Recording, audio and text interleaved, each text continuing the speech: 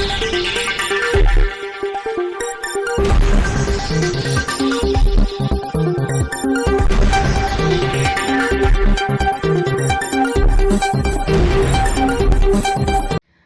દર્શક મિત્રો, આપ જોઈ રહ્યા છો શિનોર સમાચાર।